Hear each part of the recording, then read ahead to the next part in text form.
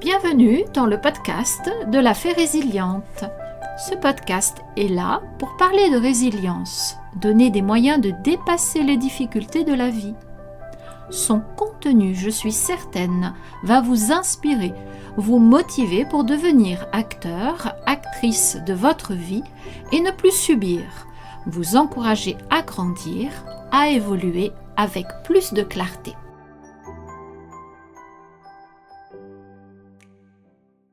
Bonjour à tous. Je poursuis ici mes réflexions sur la résilience, sur la manière de la faire émerger en vous, sur ses effets et ses conséquences au quotidien. La résilience est cette capacité à affronter les épreuves que la vie nous envoie. C'est faire de la douleur une force pour dépasser les difficultés et au final en ressortir plus fort, plus forte. Mais la résilience, c'est aussi sourire à la vie malgré les soucis, se battre malgré les obstacles, œuvrer malgré la fatigue, se relever et rebondir malgré les déceptions et les échecs.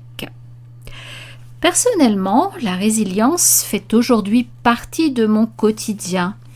Même si je continue de rencontrer des obstacles, je renforce jour après jour mes capacités d'adaptation. Même si par moments je n'ai qu'une envie, baisser les bras, j'ai au fond de moi une force supérieure qui me pousse à me battre et à affronter l'épreuve qu'il m'est donné de transmuter. Selon moi, rien n'est dû au hasard. Chaque expérience vécue a son utilité. Pour suivre chacun de mes podcasts au contenu enrichissant, mais pas que, je vous encourage à vous abonner dès maintenant. Au fur et à mesure de mes contenus, vous trouverez des outils pour braver les épreuves qui surviennent sur votre chemin. N'oubliez pas de liker mon intervention d'aujourd'hui, partagez autour de vous et commentez pour me faire part de votre expérience ou de vos questions. Et pour cheminer sereinement, faites appel à mes services. Un lien est en description pour prendre un premier rendez-vous gratuit. Aujourd'hui, ce podcast fait suite au précédent où je vous parlais des ruminations mentales. J'aborde la notion de détachement. Vous allez voir que ce peut être un outil pour faire taire les ruminations, un outil pour éprouver du bien-être. Dans un monde en perpétuelle effervescence, un monde exigeant où nous sommes confrontés à des attentes, des peurs, des désirs, nous pouvons nous perdre. Attachés à des personnes, des situations, des objets matériels, des croyances et bien d'autres choses encore, nous sommes comme attachés à un boulet bien trop lourd à traîner, un boulet qui nous ralentit, qui demande d'ignorer notre véritable nature, qui occulte le sens réel de la vie. L'art du détachement est une clé pour ouvrir la porte de la sérénité et de la paix intérieure.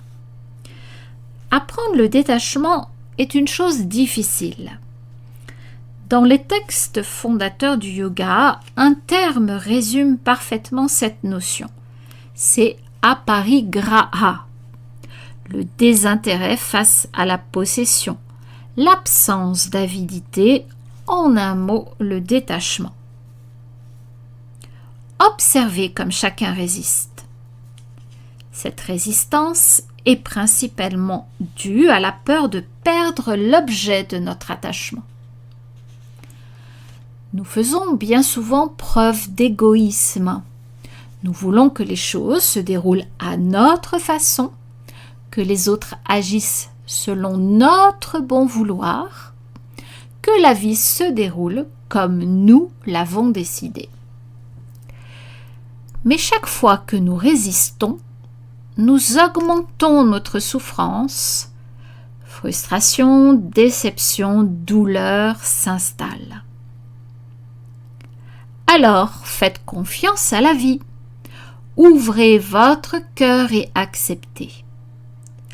Le détachement ne signifie pas l'indifférence ni le manque d'intérêt, pas plus que le sacrifice ou la privation. Il est selon moi plutôt l'émergence et le développement d'une force intérieure, la conscience limpide de ce qui est essentiel et de ce qui est secondaire, voire futile. C'est ne rien prendre pour acquis et surtout profiter de l'instant présent. C'est un moyen de lâcher prise face aux personnes, aux situations, une opportunité de moins souffrir. Dans la société dite moderne, où les possessions sont généralement perçues comme des signes de réussite, le détachement offre une possibilité de transformer notre relation au monde matériel, nos relations affectives, amicales et professionnelles, et de prendre de la distance vis-à-vis de nos émotions, quelque peu envahissantes, dirons-nous. Le détachement assainit notre relation aux possessions matérielles, nos relations, nos émotions, sans que notre identité ou même notre bonheur en soit affecté, bien au contraire. Il va s'agir d'apprendre à utiliser les objets, à aimer les personnes, à œuvrer sans attente, sans chercher à posséder à tout prix. Quand l'avoir prend une place prépondérante au détriment de l'être, quand nous nous définissons à travers ce que nous possédons, nos possessions nous aliènent et nous rendent esclaves. Mais lorsque le détachement s'installe, il n'y a plus ni convoitise, ni exploitation ou soumission, et la paix, la sérénité s'établissent en nous.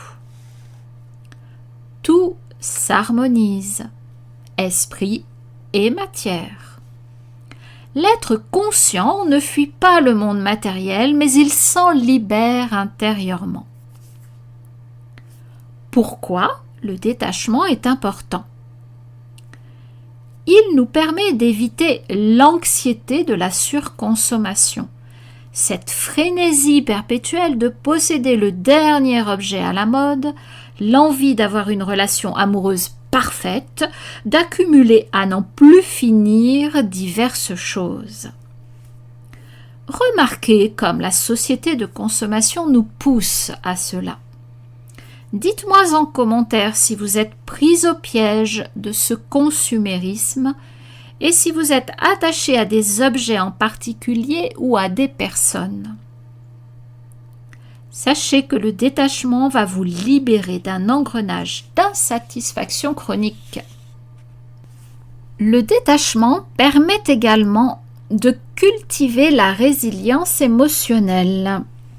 Alors votre bonheur ne dépend plus de circonstances extérieures, vous conservez durablement cet état d'équilibre intérieur.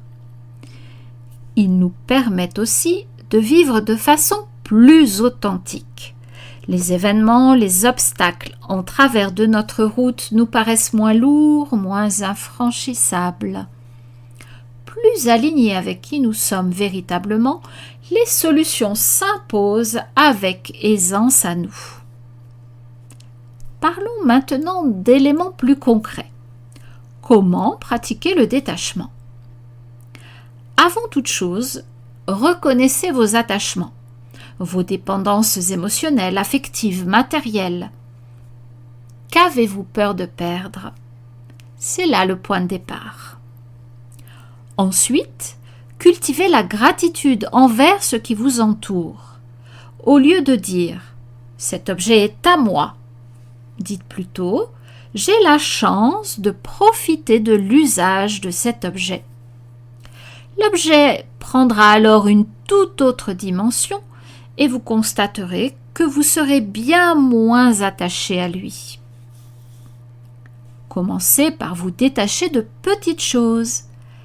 Lâchez prise quant à certaines situations sans grande importance.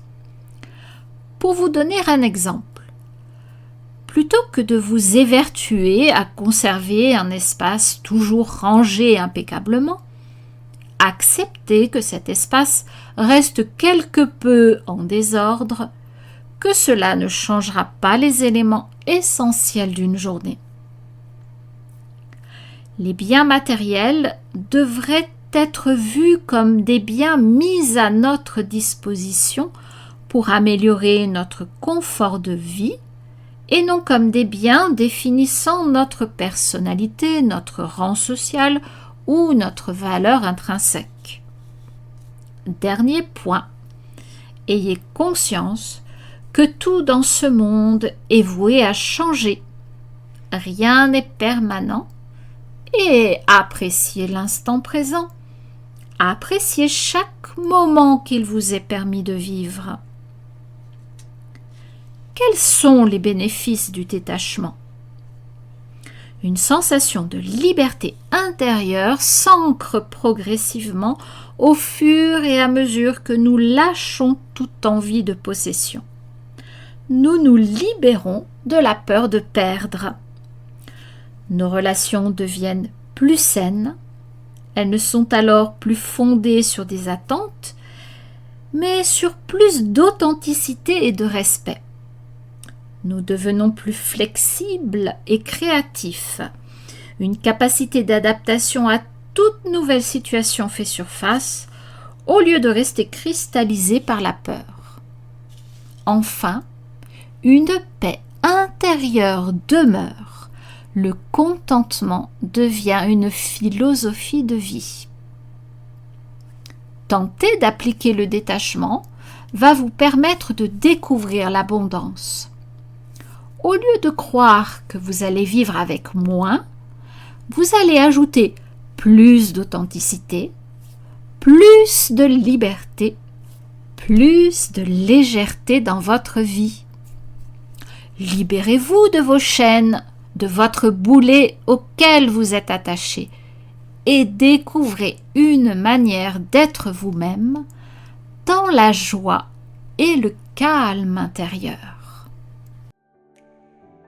Si mes paroles résonnent en vous, si vous vous reconnaissez dans mon témoignage, alors cela signifie que vous êtes au bon endroit. Il n'y a pas de hasard. Je vous encourage à me suivre sur Instagram et Facebook, à vous abonner ici pour découvrir mon parcours et les outils que j'ai mis en place pour m'en sortir. Et surtout pour cheminer et progresser à chaque nouvelle parution. Vous me retrouverez régulièrement à travers mes podcasts sur des sujets divers et variés, mais toujours autour de la résilience. Merci d'avoir écouté cet épisode jusqu'au bout. Je suis ravie d'avoir partagé ce moment avec vous. Si vous avez aimé son contenu, merci de liker, activez le petit pouce sous cette vidéo. Partagez le lien de ce podcast à vos amis, à votre famille, il peut les intéresser. Et laissez un commentaire, faites-moi part de votre impression. Vous pouvez également poser vos questions, j'y répondrai avec grand plaisir. Je vous laisse pour aujourd'hui, vous souhaite une très belle journée et vous dis à bientôt pour un prochain épisode des podcasts de la Fée Résiliente.